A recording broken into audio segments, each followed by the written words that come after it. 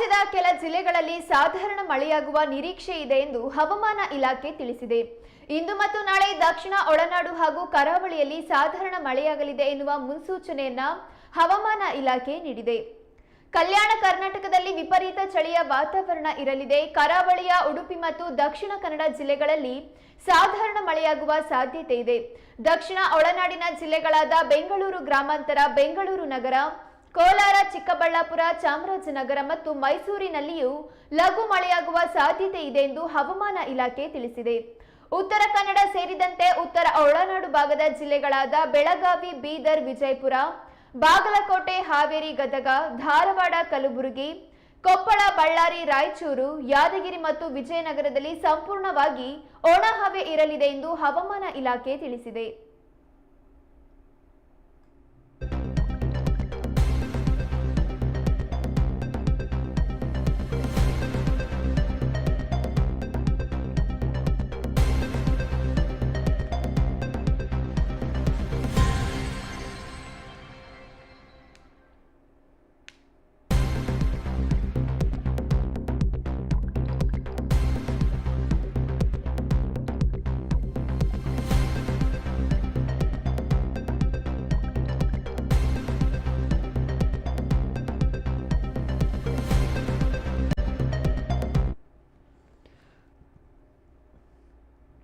ದಕ್ಷಿಣ ಒಳನಾಡಿನ ಬಳ್ಳಾರಿ, ಚಿಕ್ಕಮಗಳೂರು, ಚಿತ್ರದುರ್ಗ, ದಾವಣಗೆರೆ, ಹಾಸನ, ಕೊಡಗು, ಮಂಡ್ಯ, ರಾಮನಗರ, ಶಿವಮೊಗ್ಗ, ತುಮಕೂರು ಮತ್ತು ವಿಜಯನಗರ ಜಿಲ್ಲೆಗಳಲ್ಲಿಯೂ ಒಣಹವೆ ವಾತಾವರಣ ಇರಲಿದೆ ಎಂದು ಇಲಾಖೆ ವರದಿ ಮಾಡಿದೆ.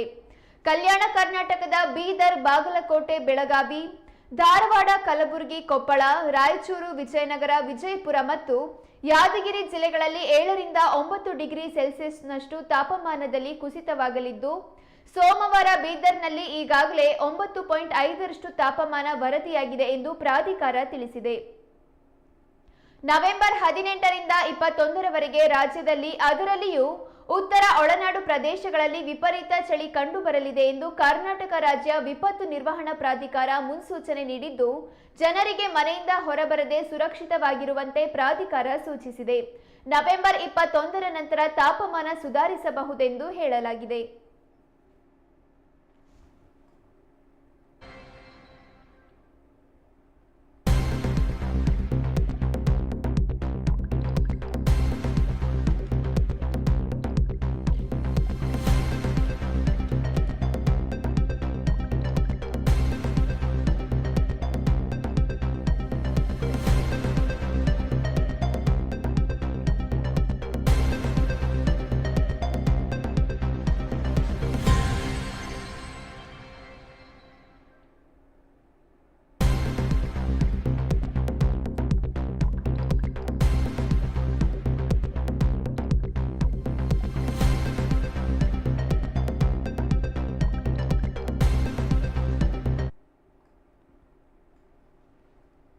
ಚಿನ್ನಸ್ವಾಮಿ ಸ್ಟೇಡಿಯಂ ಬಳಿ